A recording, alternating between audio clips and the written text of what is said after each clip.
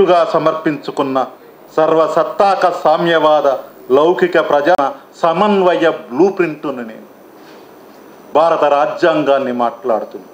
ఇప్పుడు నా కళ్ళకు కాషాయ గంతలు కట్టి చేతిలో రాజదండం పెట్టి మనుస్మృతిని ప్రతిష్ఠించి నన్ను మాయం చేయ చూస్తున్నారు. భారత రాజ్యాంగాన్ని మాట్లాడుతున్నాను. నేను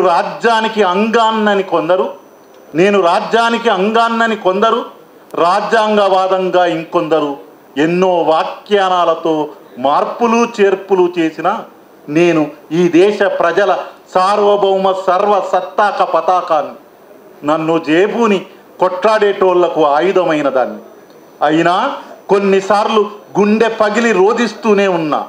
కాశ్మీర్ లోయ నుండి అబూజ్మడ్ అడవుల దాకా కాల్చబడుతున్న దాన్ని, బిల్కిస్ బానోల నుండి మణిపూర్ పరేడ్ల దాకా ఛిద్రమవుతున్న దాన్ని, ఎన్ఆర్సీలు, సిఏఏలు, రైతు వ్యతిరేక చట్టాలు, షాహీన్ బాగులు, బుల్డోజర్ల, రెజ్లర్ల కన్నీళ్లను కళ్ళ చూసిన దాన్ని అయినా అవకాశం దొరికినప్పుడల్లా ఎన్నికల బాండ్లను పాలకుల అప్రజాస్వామిక విధానాలను అడ్డుకుంటూనే ఉన్నా.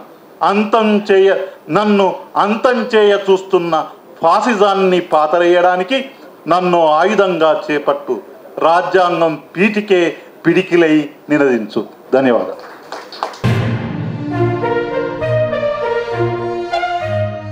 సమర్పించుకున్న సర్వసత్తాక సామ్యవాద లౌకిక ప్రజా సమన్వయ బ్లూ ప్రింట్ను నేను భారత రాజ్యాంగాన్ని మాట్లాడుతున్నాను. ఇప్పుడు నా కళ్ళకు కాషాయ గంతలు కట్టి చేతిలో రాజదండం పెట్టి మనుస్మృతిని ప్రతిష్ఠించి నన్ను మాయం చేయ చూస్తున్నారు. భారత రాజ్యాంగాన్ని మాట్లాడుతున్నాను. నేను రాజ్యానికి అంగాన్నని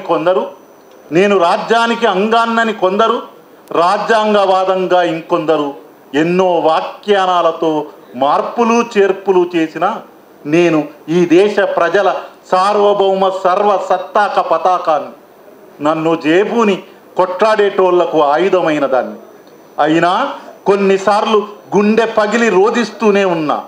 కాశ్మీర్ లోయ నుండి అబూజ్మడ్ అడవుల దాకా కాల్చబడుతున్న దాన్ని, బిల్కిస్ బానోల నుండి మణిపూర్ పరేడ్ల దాకా ఛిద్రమవుతున్న దాన్ని, ఎన్ఆర్సీలు, సిఏఏలు, రైతు వ్యతిరేక చట్టాలు, షాహీన్ బాగులు, బుల్డోజర్ల, రెజ్లర్ల కన్నీళ్లను కళ్ళ చూసిన దాన్ని అయినా అవకాశం దొరికినప్పుడల్లా ఎన్నికల బాండ్లను పాలకుల అప్రజాస్వామిక విధానాలను అడ్డుకుంటూనే ఉన్నా.